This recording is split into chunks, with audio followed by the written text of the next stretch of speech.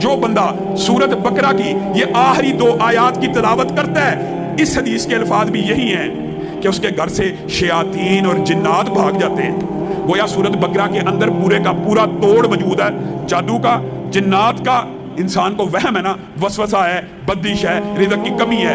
سورت بقرہ کی تلاوت گھر میں لگائے نہیں لگا سکتا، یہ آخری 2 آیتیں یاد کرے، کیونکہ نبی کریم نے ان کی اضافی فضیلتیں بھی بتائی ہیں کہ اس کے اندر جو مانگا جاتا ہے نبی کریم نے کہا وہ اللہ عطا کر دیتے ہیں۔ آگے چلیے، قرآن پاک میں سورت کہف ہے، آپ نے اور میں نے اپنا یہ معمول بنانا ہے کہ جب بھی جمعہ آئے اس کی تلاوت کرنی ہے۔ احادیث میں یہ بات ملتی ہے کہ سورت کہف ایک جمعے سے لے کر دوسرے جمعے کے مابین جتنے دن ہیں ان کو نور اور روشنی سے بھر دیتی ہے، کس کے لیے؟ جو اس کی تلاوت کرتا ہے۔ اور پھر پہلی 10 آیات جو یاد کر لیتا ہے وہ دجال کے فتنے سے محفوظ رہے گا۔ اتنا بڑا یہ فتنہ ہے جس سے ہر نبی نے پناہ مانگی ہے۔